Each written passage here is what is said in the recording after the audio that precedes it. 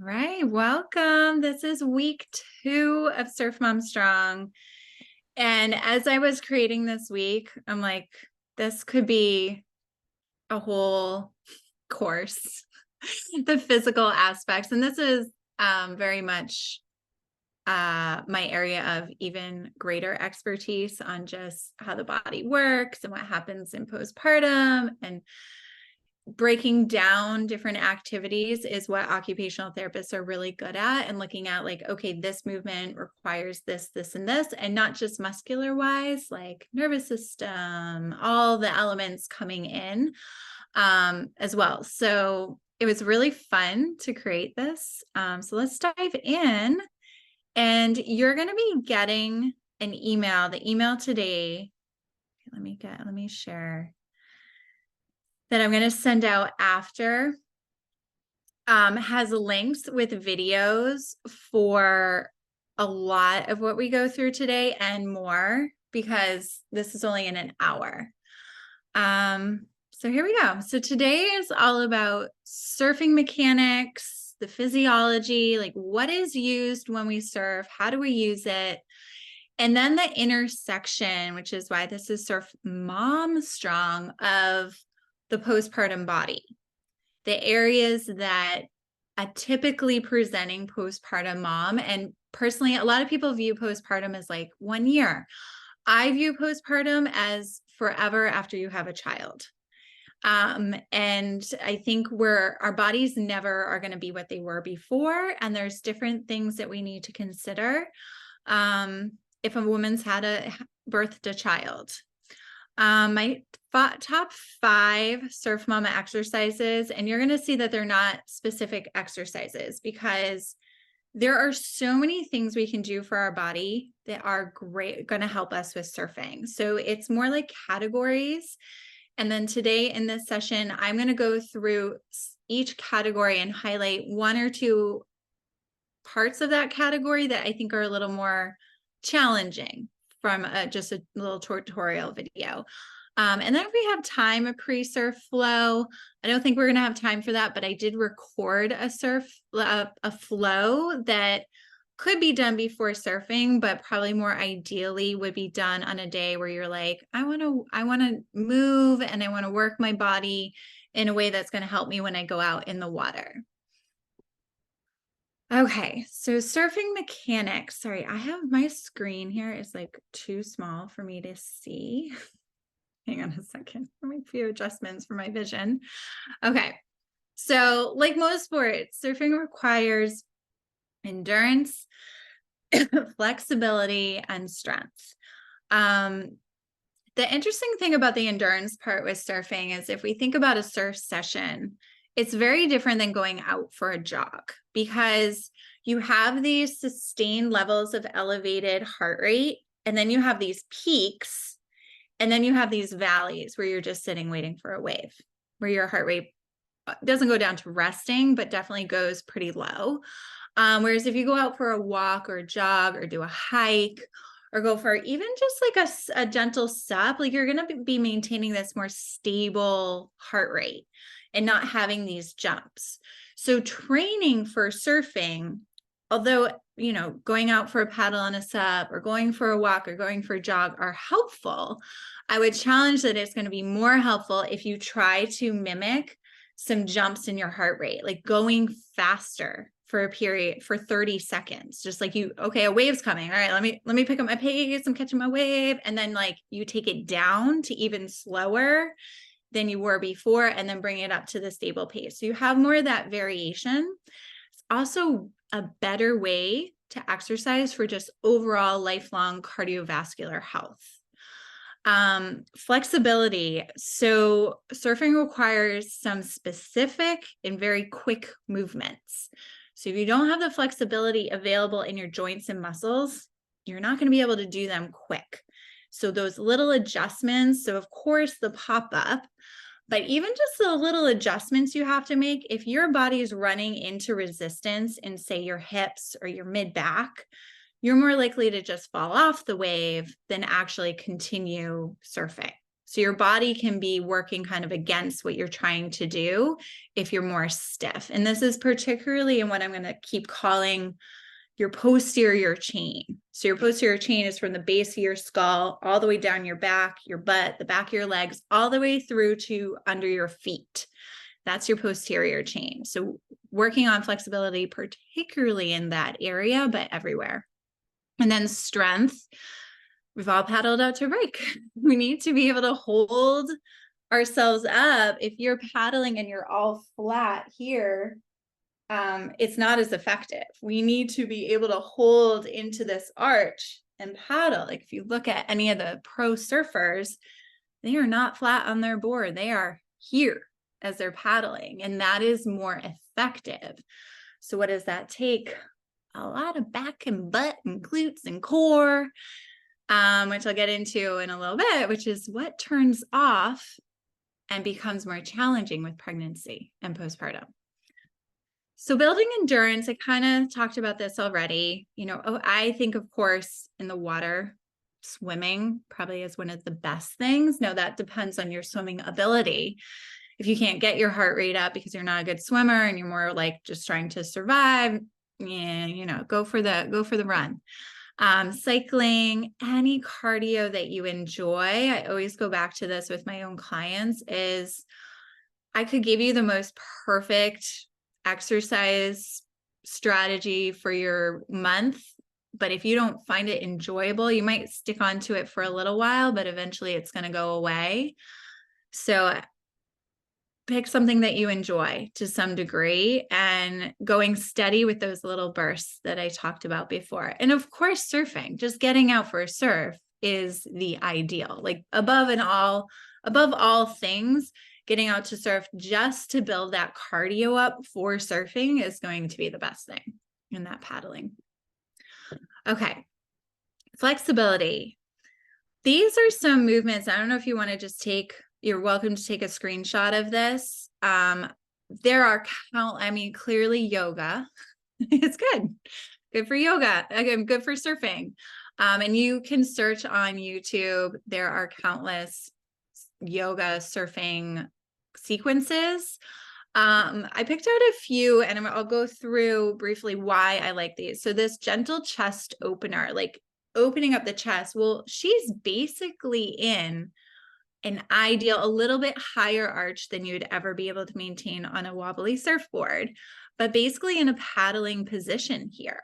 So Sphinx posture or up dog, and we're going to do this in a little bit, are really great postures for both getting more flexibility and for building that strength. So if I were doing this, I would try on and off, not having a lot of weight through my forearm. I'd be trying to do more like hovers and how high can, I'm going to sink down from where she is, but how high can I keep myself? And then I'm engaging my glutes and keeping my feet really close, like my big toes would be touching. Lengthening the back body. So downward dog. She's completely, I feel like, okay, never mind. This is a complete posterior chain stretch. So downward dog is always great. And just on a much simpler level, just breaking it down, a calf stretch. If your calves are real tight, that is a driver for the rest of the posterior chain. Rotational movements for the spine. So think of when we're paddling for a wave and you want to see it, right? But if you're really stiff in this mid-back rotation, it's going to be hard to keep paddling and look over your shoulder. You're going to have to hold on and get some leverage to twist and take that quick look. So, and then once you're standing up, having this motion through your spine is really helpful for balance and turning and maneuvering on a wave. That's a little higher level than beginner, but that's what we're working towards. Waking up your hips and your core. I just love this posture. It's great for low back pain. If you can get there, I'm going to talk in the videos. I talk about if you're having really trouble with your heels, you just want to be elevating your heels up on something like a yoga brick. This wakes up the core. Well, we're going to go through this a little bit later. And then releasing the hip flexors. So if you're sitting a lot, which we all do, I know both of you have tasks that you do at a desk. Our hip flexors become really tight and short, and our back body becomes lengthened and weak.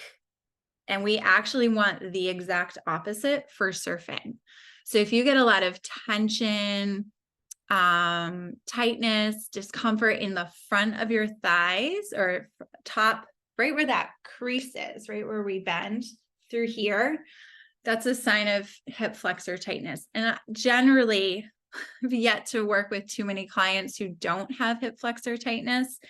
It's okay. I thought someone was in the waiting room. Hold on. Let me stop share. Yeah, I was like, wait, there's 4.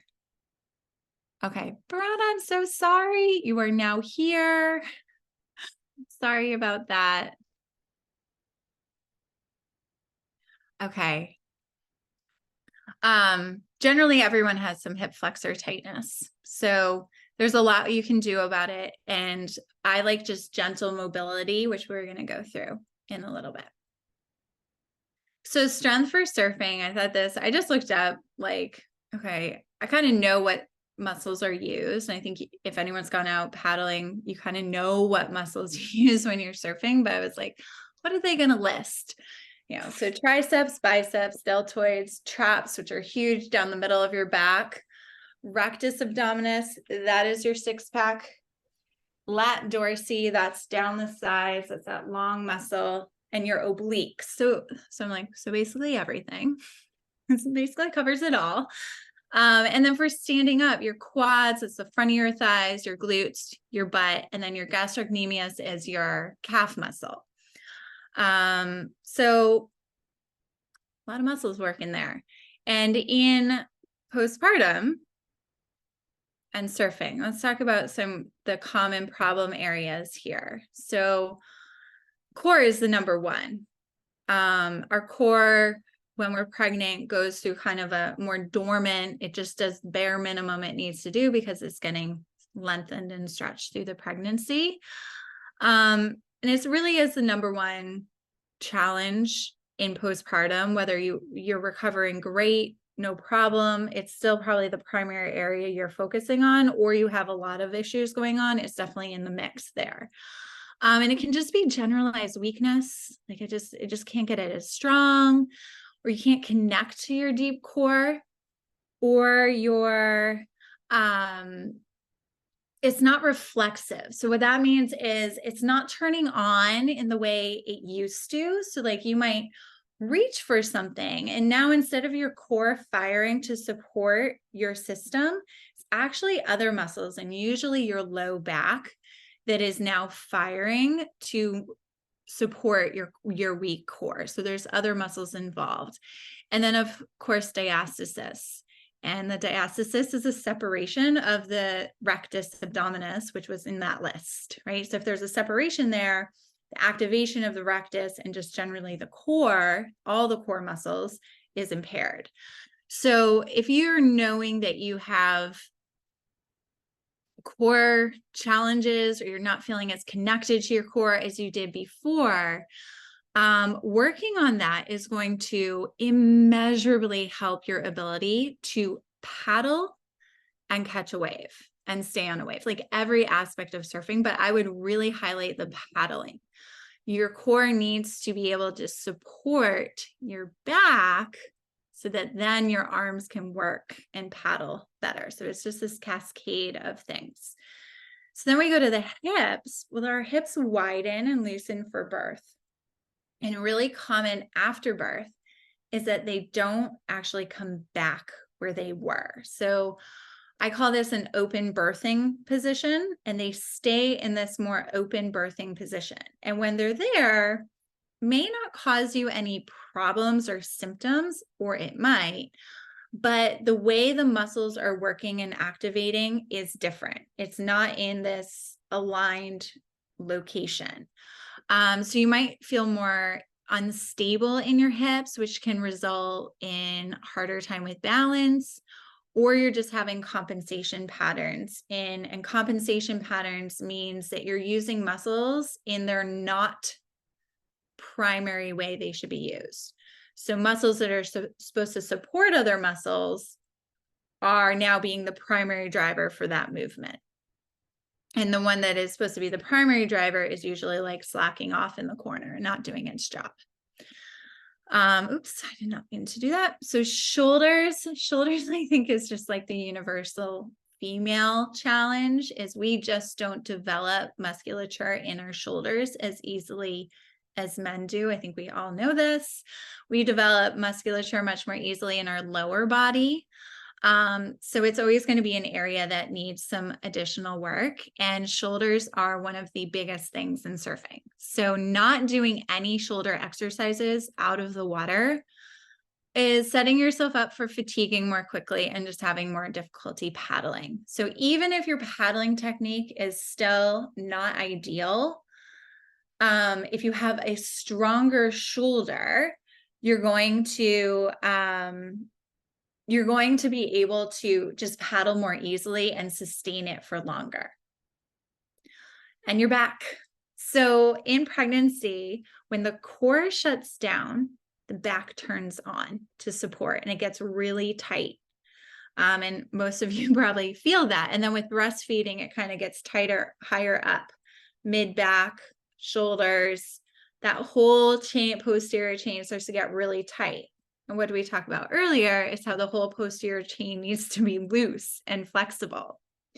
So the unfortunate story is that actually surfing is one of the more challenging activities for the postpartum body.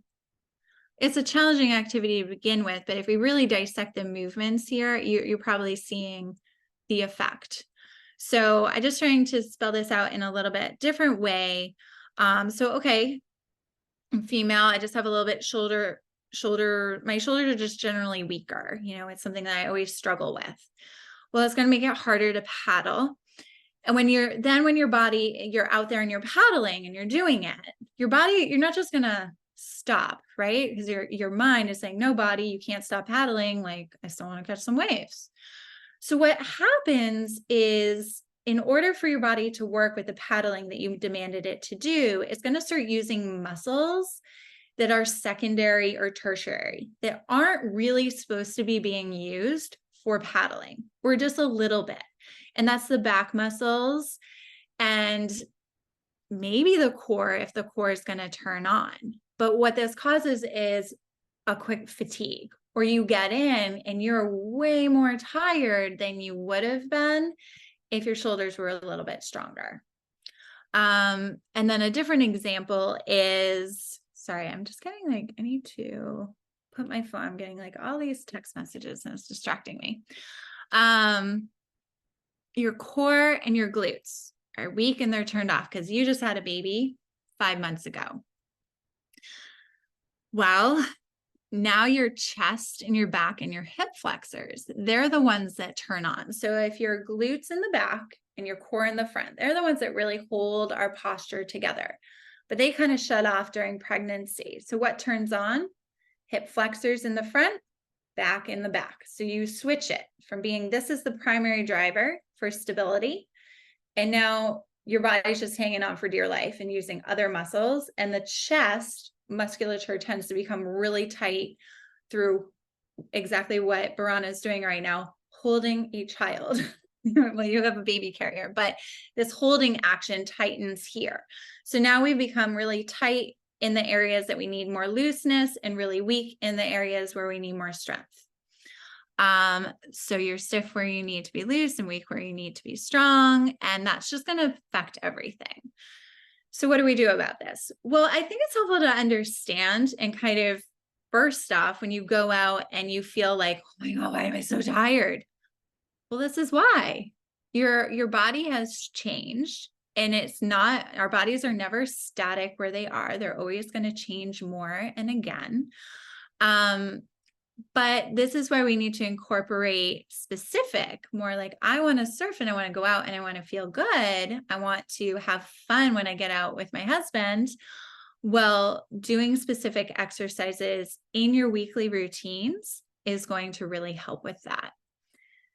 So real quickly, breaking out a piece of paper or jotting on your phone, whatever you can do right now, just kind of reflecting on where you're at right now. So when you wake up in the morning or at the end of the day, where are you feeling tightness?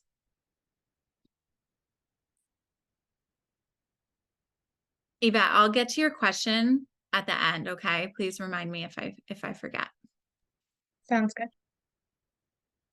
What muscles are always screaming at you? So think more at the end of the day, like where in your body are you just like, oh my God, I just need to lay down. I know for me, that was always like my mid back was always just like, I'd be like washing some dishes at the end of the day and my mid back would be like, ah. So what part of your body or parts of your body or specific muscles tend to scream at you?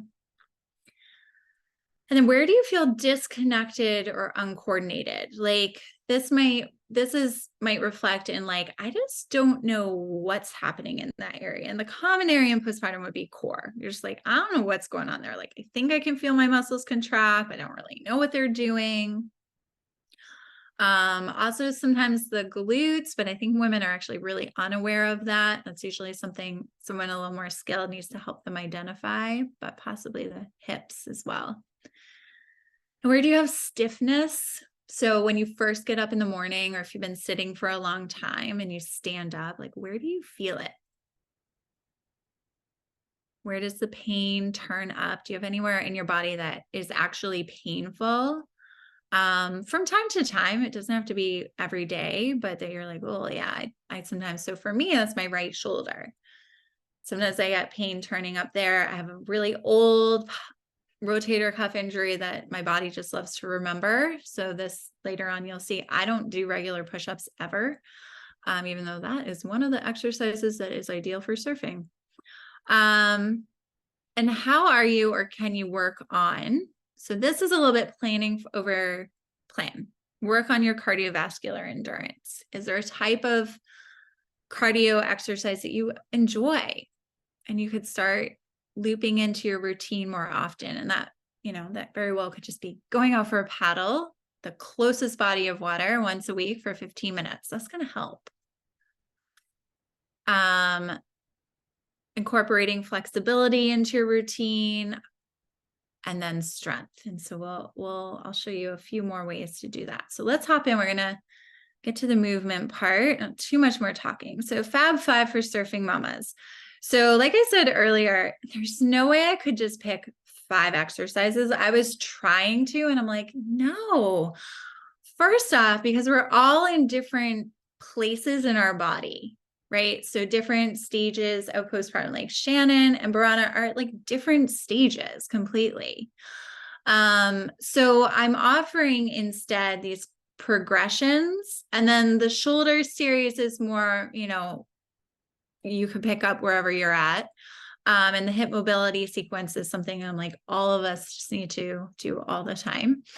So a few more things. I'm going to go through some key exercises here, but this is what you're going to get sent a video of, where I offer you, okay, these are the different progressions of this series. So some ideas for integrating these into your life. When you go through it, I do try to go from, okay, this is a really easiest version of a push-up, and now this is a push-up. That's the hardest version, like a military push-up. The idea is not to be doing the hardest. That's not necessarily the goal. I don't even do the hardest of some of these very often at all. I kind of stay in the mid-range, because then I can do better form. And I remember my background's a therapist. I'm really about form over reps.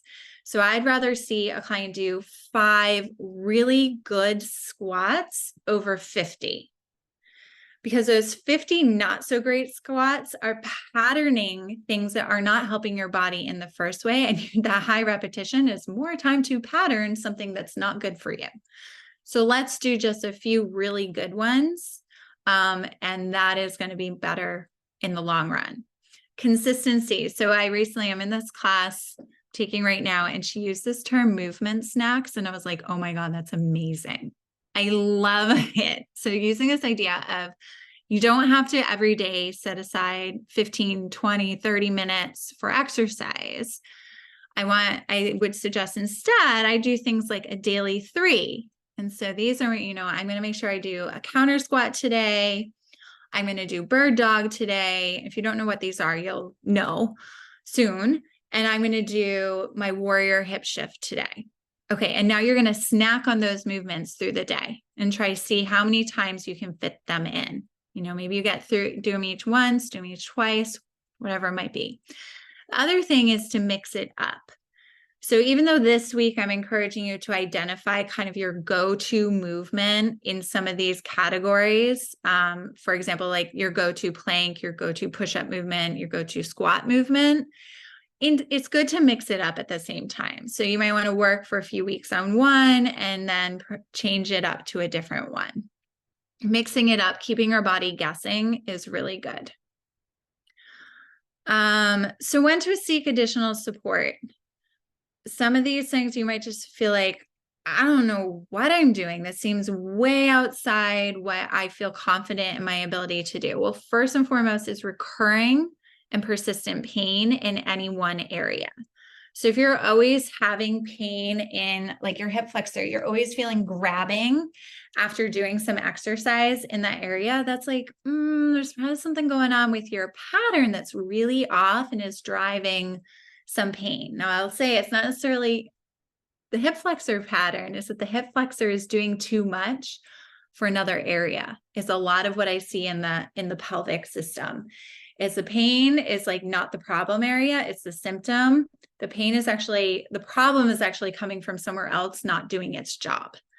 And that takes some more advanced professional care. Diastasis recti. So if you know or believe you have diastasis and you are over 6 months postpartum, this is definitely a reason to reach out for a pelvic floor therapist like myself. I do include planks in here, and I say it like a million times. If you are under 6 months postpartum, I do not suggest doing a full-on plank. I'm going to offer you a variety of alternatives, but no planks. It doesn't mean you can't go out and surf, because surfing pop-up is like a quick plank. I'm okay with that. But just holding for a minute, extended arms plank, no, just don't do it. Please don't do it until you know that your core is activating and you know how to engage it well.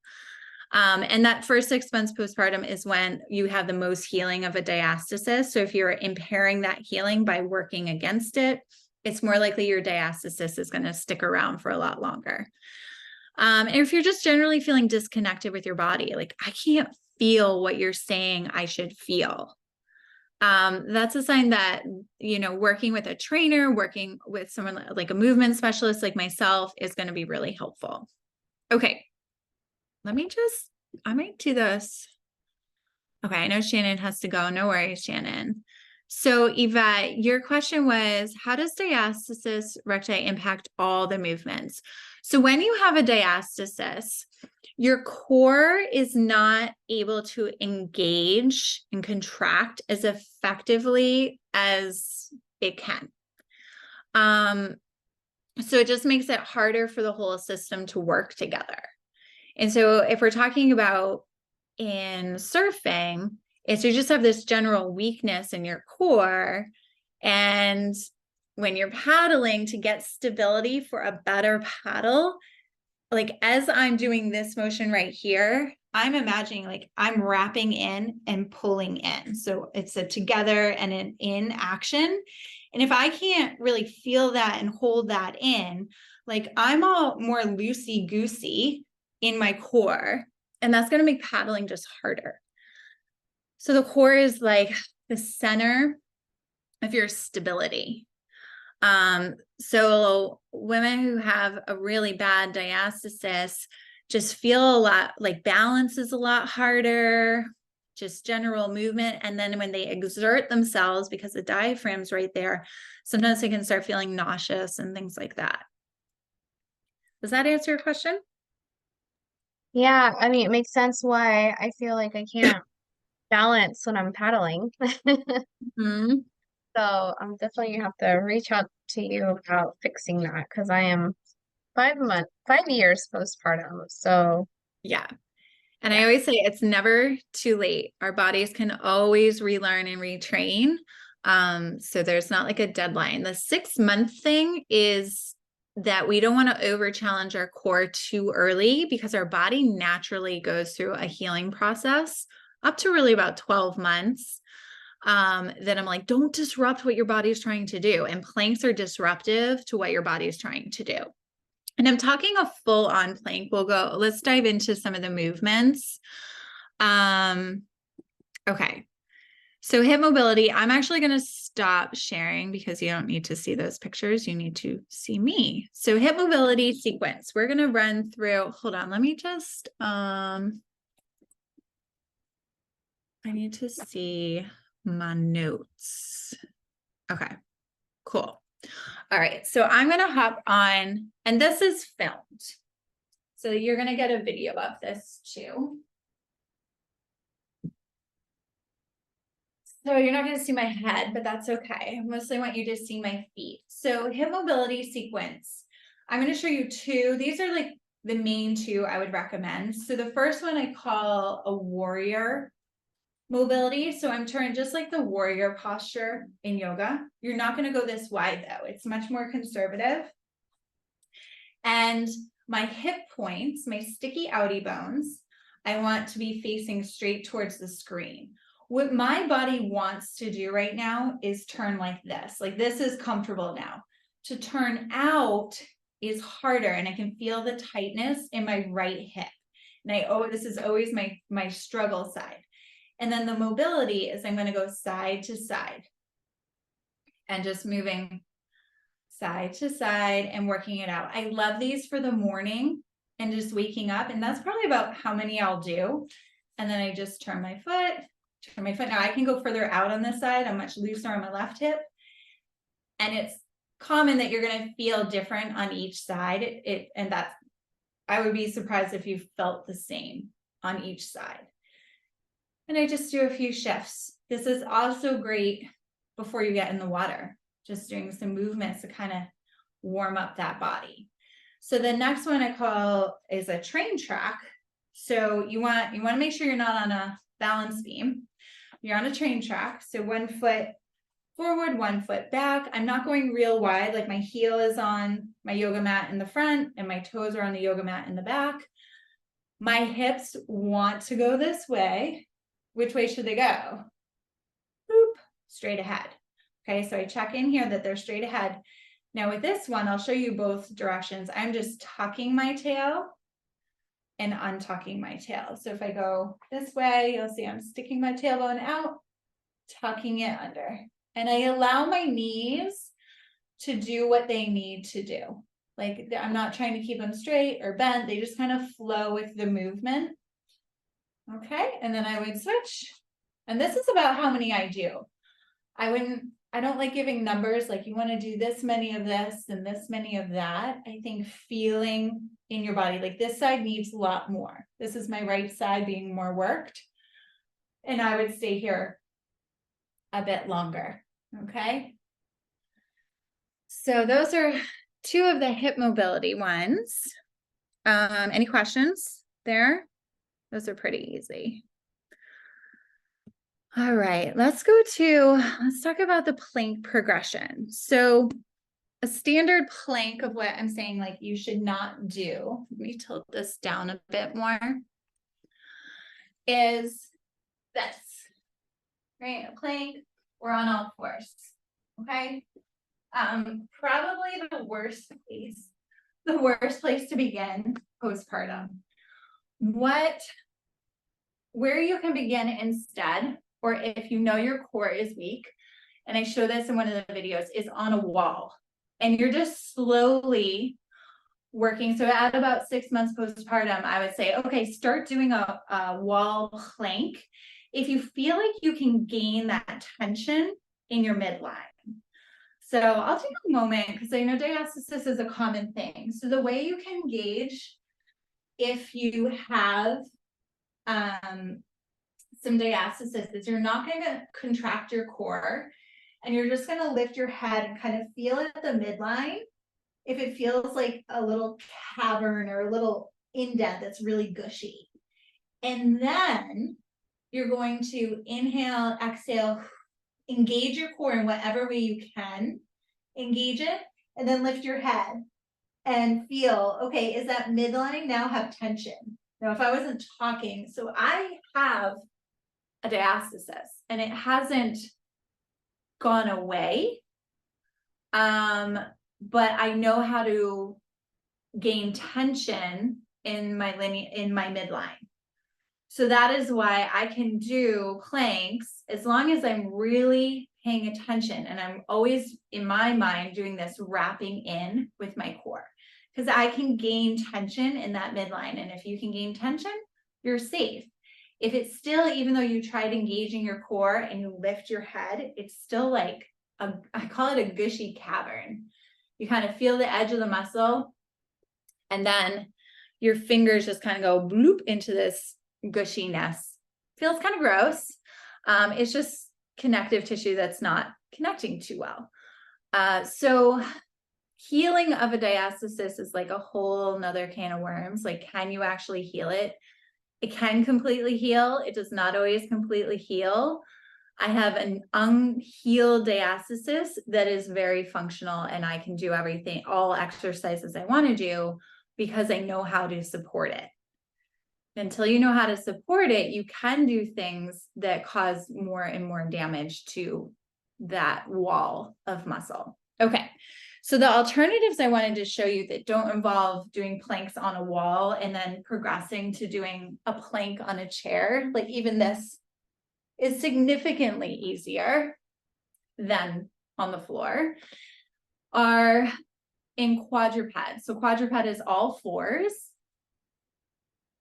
So this is quadruped. And the first thing, so for both of you on this call, this would be a great place to start. So I'm making sure I'm in a neutral spine, so I'm not too dipped and I'm not too rounded. I have just this little bit of curve in my low back.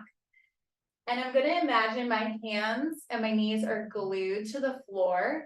And one at a time, I'm trying to lift them up, but I don't actually lift them. Okay, so I just try to do my right hand. And when I try to lift my right hand, I feel my core engage. Okay, and then I would do my left hand and my right knee and my left knee. Okay, this is a great beginning core exercise to just feel your core fire. If you're like, I don't even know what it feels like anymore, this is really helpful.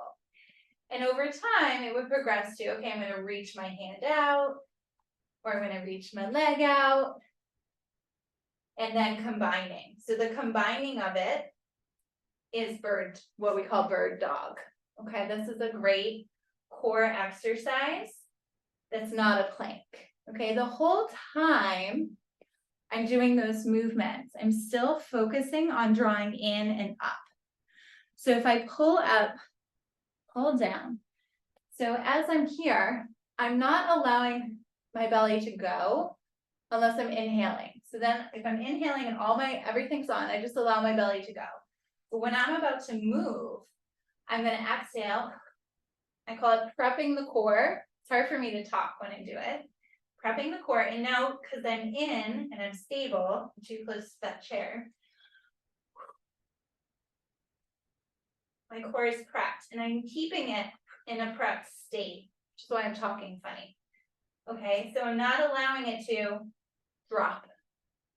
Okay, I'm not allowing this hanging. I'm very, very much pushing off of the ground. Okay. Oh, I have one more I wanted to show there. Any questions there? That was a lot. All right. The next one I love, and is something that I do a lot as an alternative to a plank. I feel like it's just a quick, fun one. I also see if any of you have done sequences with Yoga with Adrienne on YouTube, she uses this a lot, where you're just doing a knee lift. So exhaling, and you're just picking up your knees. Okay, and you can see how this is a condensed plank. This is a lot harder, it's a longer lever. This is just shortening the lever. So in the postpartum progression, you would start with the hands glued to like lifting the hands up a little bit, lifting the knees up a little bit, and then slowly getting them longer, reaching out till eventually you're doing alternating bird dog. And then eventually you're lifting your knees and slowly you're inching those feet out till now you're a year later in a full plank. Okay. Let's see. What next? I'm like sweaty talking and trying to do my breathing. Okay. Push-ups. Do you guys do push-ups? Do you ever do push-ups? I personally, I don't like, they irritate my shoulder. So I don't like push-ups, but as I was like just doing some general research on like what are exercises people are throwing out there that are great for surfing, like across the board, everyone's like push-ups, push-ups, push-ups. And for obvious reasons, like you have to pop up on your board. But the motion and the areas, I should say the areas I've heard from moms is the most challenging is paddling. It's not really like the power push-up, like you can do one push-up, but it's the holding up and the paddling that is really hard. So for that, let's go. Sorry, I can move this. Let's move this here. Okay. So for that, prone on our stomach. So I love just like lifting, and I'm like hovering. So when I'm here, I can do all sorts of shoulder exercises too. What's happening with my core is the whole time I'm thinking belly button to spine, belly button to spine.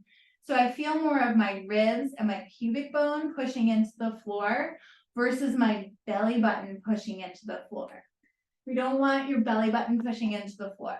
Okay, so trying to, it's going to be in contact with the floor, but it's not pushing down onto it. It's kind of trying to get off of it. So just these hovers and being able to hold this for up to 2 minutes, keeping that core integrity. The other key aspect here is, and if you can try this now, try widening your legs. If you widen your legs, this is so much easier because you have a wider base of support. So if you're weak with your paddle, you're going to start widening your legs to gain more stability, but your paddle becomes less efficient and catching a wave becomes next to impossible. You can't catch a wave with your legs apart.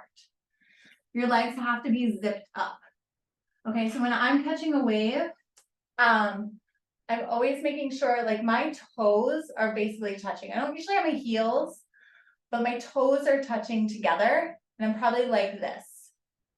Or I'm trying to even lift up. And I've talked about this when I'm out surfing with some moms. Like I'm almost on a wave and I can't quite get it. So I have enough strength to keep paddling and lift. And if I lift my legs, what happens with the weight of my board? It goes forward and I'm more likely to catch the wave. But I don't have to stop paddling and scoot up. So now you just lost the wave. So you got to adjust. So I can keep paddling and just do this. So all these prone movements that just mimic what you're doing in the water are so helpful. And you can see the Sphinx feels good. This is a great spot to, be working on that mid-back mobility, or even into an up dog. And what was the other one I was going to show you? I forgot, but just like Superman kind of postures. All of this. Oh, I know. I call it a zero push-up. So you start from the ground, which is more what you're doing when you surf, and you're just coming up. And you can go knees down and come back down. Okay, so you just pushing up, knees down, come back down.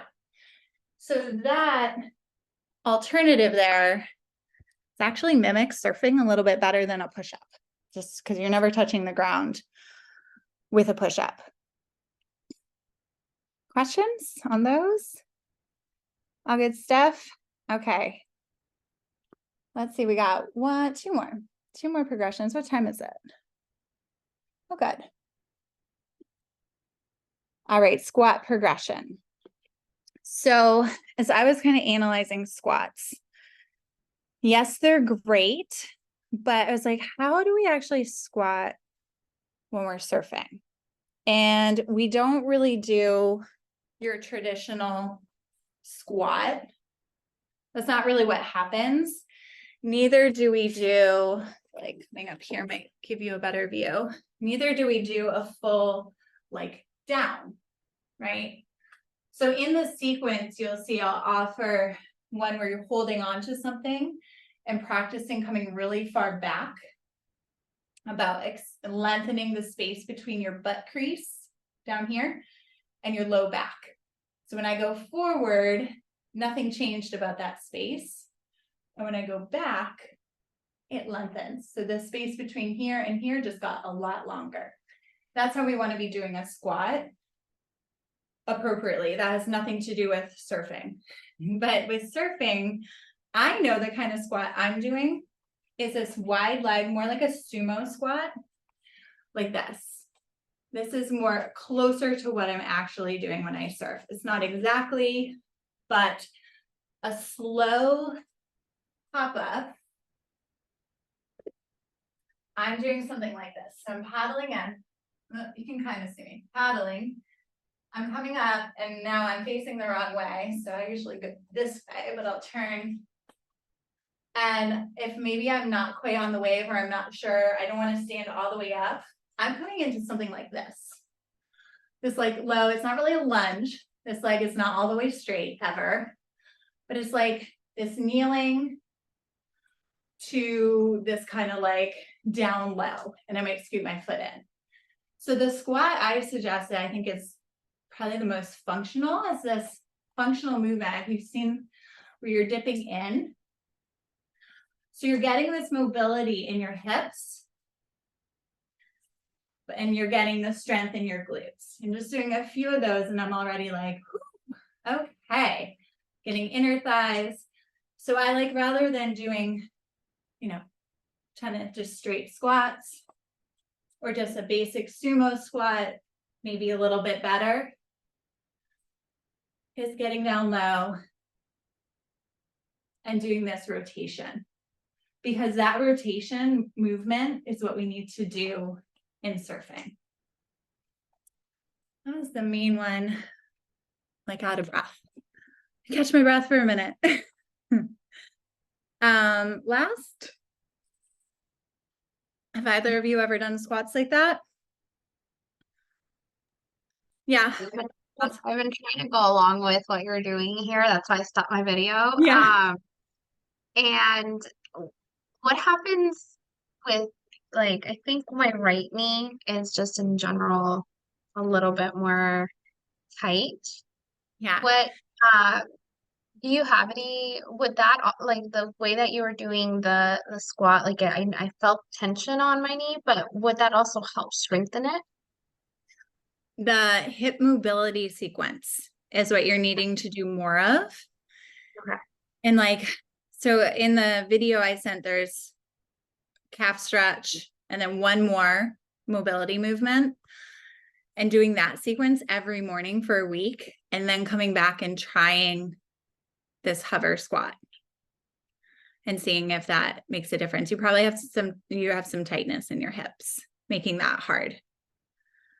That would be my guess. So give it a try.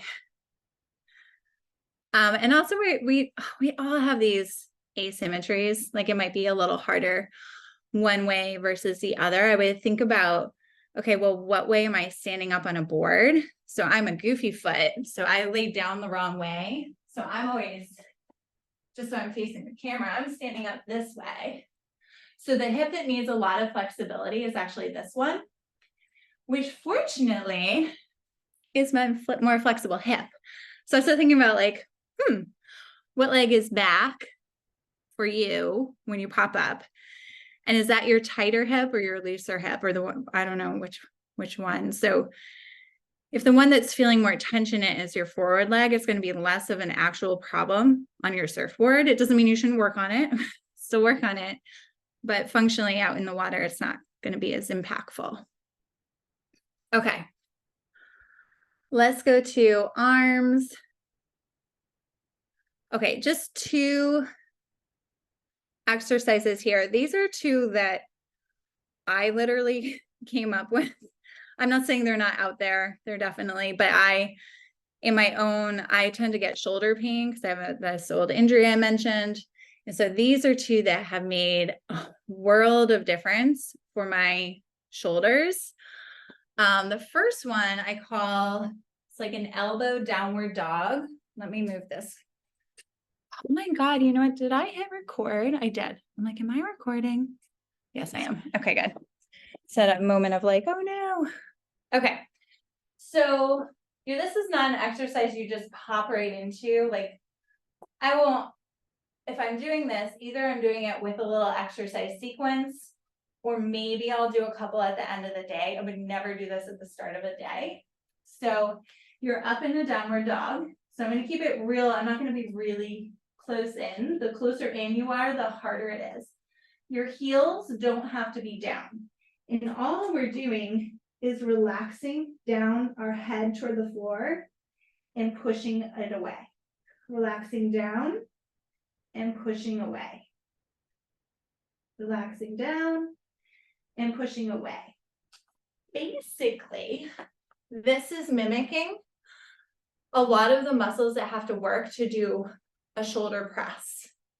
But I found, or a lat pull down.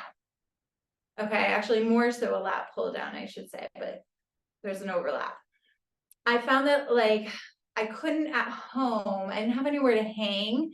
And I was like, I just need to get my shoulder blades to come down. So that's what you're trying to do when you're in this position, is you're imagining your shoulder blades on your back and you're trying to get your shoulder blades to come. I'm pushing my shoulder blades up and then I'm bringing them down. Okay, so the movement you find is your head is closer to the ground and your head moves further away. So you're pushing through your elbows to lift your head up off the ground. Okay, lower, away. Okay. And what that really helped with on my body was I would come in from surfing, and because my mid back was weak, as I paddled, I was compensating by hiking my shoulders and using my traps more. And they were getting really tight and sore. And I was like, okay, I need to strengthen my lats. And like the way you strengthen your lats is a lat pull down. And I'm like, I don't have anywhere in my house I can do a lat pull down. Like I need to go to a gym and I don't have a lot of time for that. This exercise mimics that in your home. All you need is the floor. The other one I love is with something, you actually don't need anything in your hand. It's just going to be really easy. But if you have just like a bottle of water, and 1, 2, this is a 2 pound, 3 pound, maybe I do 5 pound dumbbell. I don't do any more than that. And you imagine you don't want to be holding this really tight. You kind of want to balance it and have to keep it level. And I call it around the world. So I'm bringing my arm around, has to go over my head. So you can't really see that. Comes around and tucks in. Let me just shift my camera so you can see that better. So around the world, holding the tray over my head, around, little grab there so I don't drop the weight, and comes through. This is a spectacularly dynamic exercise for the shoulder. You can do it without any weight and you're getting a good, like I do this sometimes on the beach or by my car before I get in the water just to warm up my rotator cuff. But with the added weight, you're now building some strength as well. So there's two directions. So I call that like, I don't know, the out and around direction. And then of course our shoulder goes in the other direction. So you come in first, and then you're going out and over and down, in, out, over, and down. And so when I more consistently do this exercise, I'm not getting any rotator cuff pain when I go out surfing. Because it's the one thing that has for years flared up on me with surfing is just pain in my shoulders. I was a swimmer my whole life. My shoulders are kind of a little more worn out than your average person. So that might be more a me specific problem, but it also builds great strength and is preventative in terms of helping keep your shoulders safer as you're paddling and doing more swimming type motions. Okay. So that was pretty much, where's our time? Why can't I see the clock here? Let me share my screen one more time. Oh, hang on. Bear with me a moment. I need to just sit in my chair again. Okay.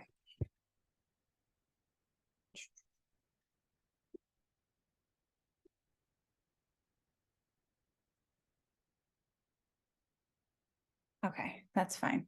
Whatever.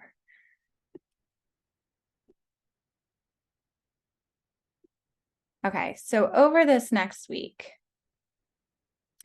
what I would suggest doing, sorry, I like flipped the screens, but it's okay.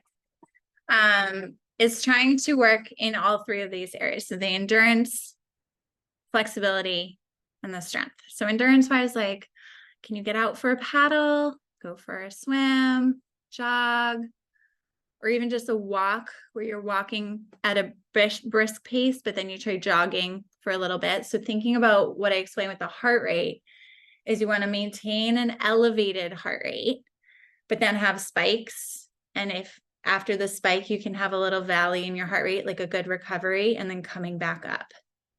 Okay, so if you're just going out for a paddle, what that would look like, okay, I'm gonna paddle steady for maybe 2 minutes. I think 2 to 4 minutes is a good goal.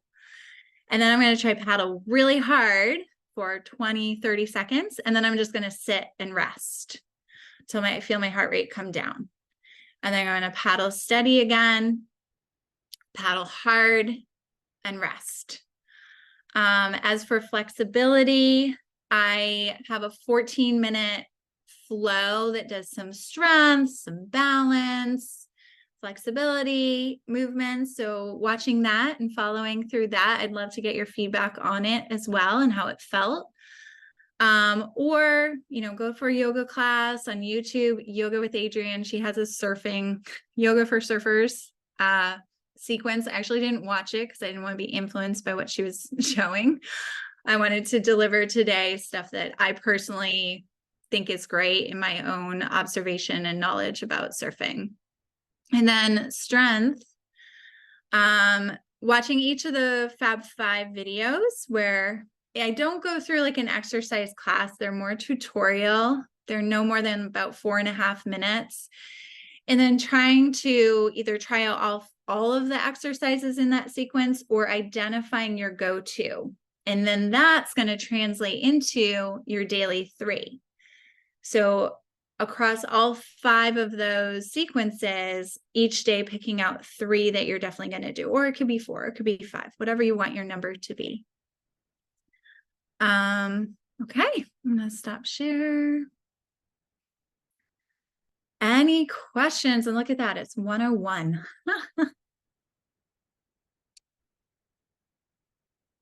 Right, well, I'm going to stop the recording and